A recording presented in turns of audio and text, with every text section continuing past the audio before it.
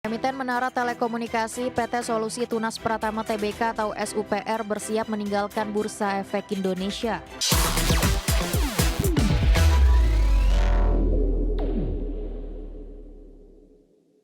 Emiten Menara Telekomunikasi PT Solusi Tunas Pratama Tbk atau SUPR bersiap untuk meninggalkan Bursa Efek Indonesia. Pengendali perusahaan Protelindo menawarkan pembelian saham publik melalui tender offer sebesar Rp45.000 per saham.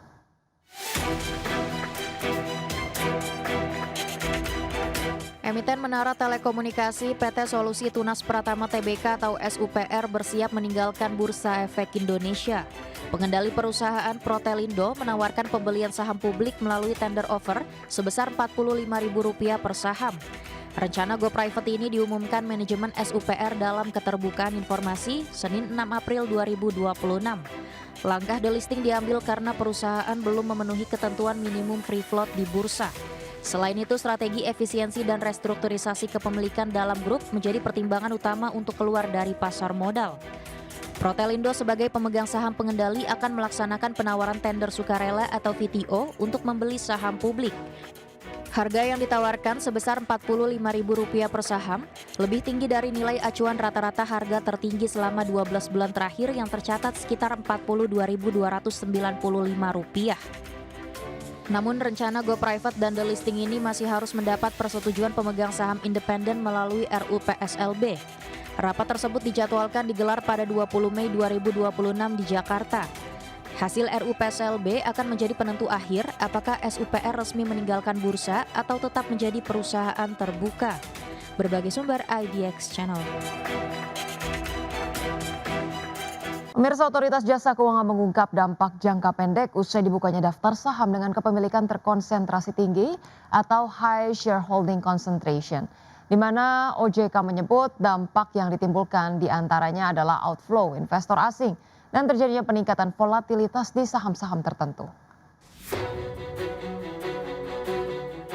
Implementasi pembukaan data daftar saham terkonsentrasi alias High Shareholding Concentration akan menimbulkan efek samping negatif berupa tekanan jual sampai hengkangnya investor asing. Namun Otoritas Jasa Keuangan menyebut hal itu hanya akan berlangsung dalam jangka pendek. Kepala Eksekutif Pengawas Pasar Modal, Keuangan Derivatif dan Bursa Karbon OJK Hasan Fauzi mengatakan pihaknya memahami bahwa dalam upaya menuju struktur pasar modal yang lebih sehat ke depan, memang terdapat konsekuensi jangka pendek. Konsekuensinya antara lain risiko outflow asing dalam periode rebalancing investor global di tahap awal implementasi HSC. Sejalan dengan hal itu, ada kemungkinan terjadinya peningkatan volatilitas untuk sementara waktu.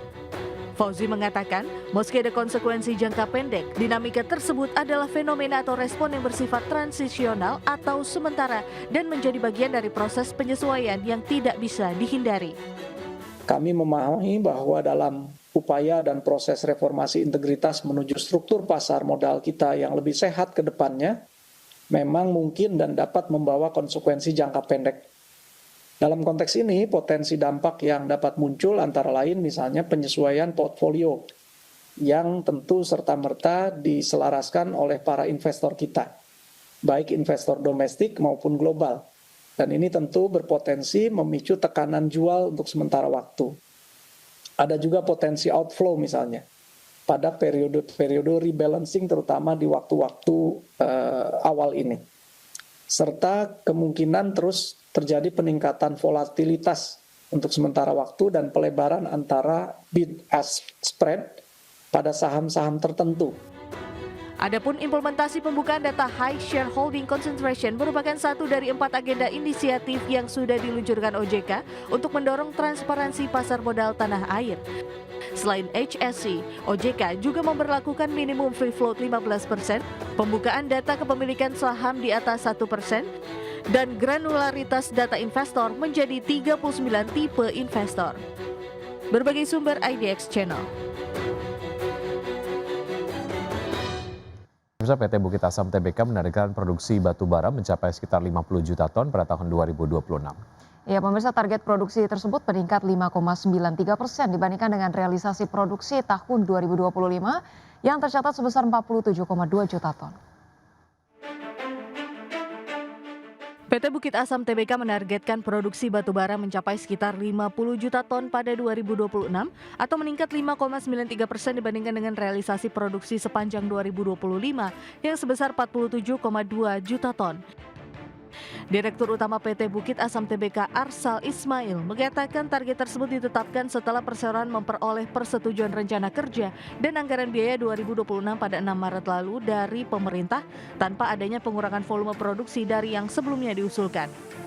Arsal menyebut target kinerja yang lebih baik pada 2026 dapat dilakukan melalui peningkatan efisiensi serta optimalisasi portofolio bisnis berkelanjutan dengan mempertahankan fundamental yang kuat serta strategi yang adaptif berkelanjutan. Adapun pada tahun 2025, perseroan berhasil meningkatkan volume produksi batubara sebesar 9% secara tahunan menjadi 47,2 juta ton. Kenaikan produksi tersebut turut diikuti pertumbuhan volume penjualan sebesar 6% menjadi 45,4 juta ton. Seiring dengan peningkatan produksi, volume angkutan batubara juga mengalami kenaikan sebesar 6% dari 38,2 juta ton menjadi 40,4 juta ton sepanjang 2025. Berbagai sumber IDX Channel. Ya, pemirsa, emiten jasa pertambangan dan konstruksi PT PP Presisi Tbk mengantongi kontrak baru untuk proyek konstruksi jembatan di Halmahera, Maluku Utara. Ya, kontrak tersebut mencakup sejumlah lingkup pekerjaan mulai dari earthwork, pavement, hingga structure work. Dan proyek ini ditujukan untuk penunjang konektivitas serta efisiensi operasional di kawasan tersebut seiring meningkatnya aktivitas industri pertambangan nikel di Halmahera. Direktur Utama PT PP Presisi Tbk Rizky Dianugrah menyampaikan bahwa perolehan kontrak ini mencerminkan kepercayaan keberlanjutan dari mitra kerja terhadap kapabilitas perseroan dalam menghadirkan solusi konstruksi yang terintegrasi. Perseroan menyebut tambahan kontrak ini sejalan dengan strategi perusahaan untuk memperkuat posisi sebagai penyedia jasa pertambangan dan konstruksi terintegrasi di Indonesia.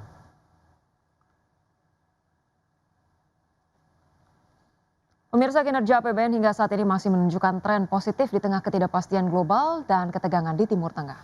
Ya, hingga akhir Maret 2026 realisasi penerimaan pajak telah mencapai 394,8 triliun rupiah atau tumbuh 20,7% secara tahunan. Kinerja APBN hingga saat ini masih menunjukkan tren positif di tengah ketidakpastian global dan ketegangan di Timur Tengah yang berkepanjangan. Kinerja APBN yang masih positif ini menunjukkan strategi yang dilakukan pemerintah telah berdampak pada perekonomian nasional. Berdasarkan data Kementerian Keuangan, realisasi penerimaan pajak hingga Maret 2026 telah mencapai 394,8 triliun rupiah. Angka ini tumbuh 20,7% secara tahunan. Realisasi penerimaan pajak hingga akhir Maret juga setara 16,7% dari target APBN sebesar 2.357,7 triliun rupiah. Selain pajak, penerimaan dari kepabeanan dan cukai tercatat 67,9 triliun rupiah, kontraksi 12,6%, dan penerimaan negara bukan pajak terrealisasi 112,1 triliun rupiah, turun 3% dibandingkan periode yang sama tahun lalu. Dari sisi belanja, hingga akhir Maret 2026 realisasi belanja negara mencapai 815 triliun rupiah atau tumbuh 31,4% secara tahunan. Realisasi ini setara dengan 21,2% dari pagu APBN sebesar 3.842,7 triliun rupiah. Belanja pemerintah pusat menjadi pendorong utama dengan realisasi 610,3 triliun rupiah, yang ditopang belanja kementerian lembaga yang mencapai 281,2 triliun rupiah atau tumbuh 43,4%. Sementara belanja non-kementerian lembaga tumbuh 51,5% menjadi 329,1 triliun rupiah. Adapun transfer ke daerah relatif stabil bersebesar 204,8 triliun rupiah atau kontraksi 1,1%. Hingga akhir Maret 2026, defisit APBN mencapai 240,1 triliun rupiah atau setara 0,93% terhadap PDB. Sementara itu defisit keseimbangan primer tercatat 95,8 triliun rupiah. Jakarta, Tim Liputan IDX Channel.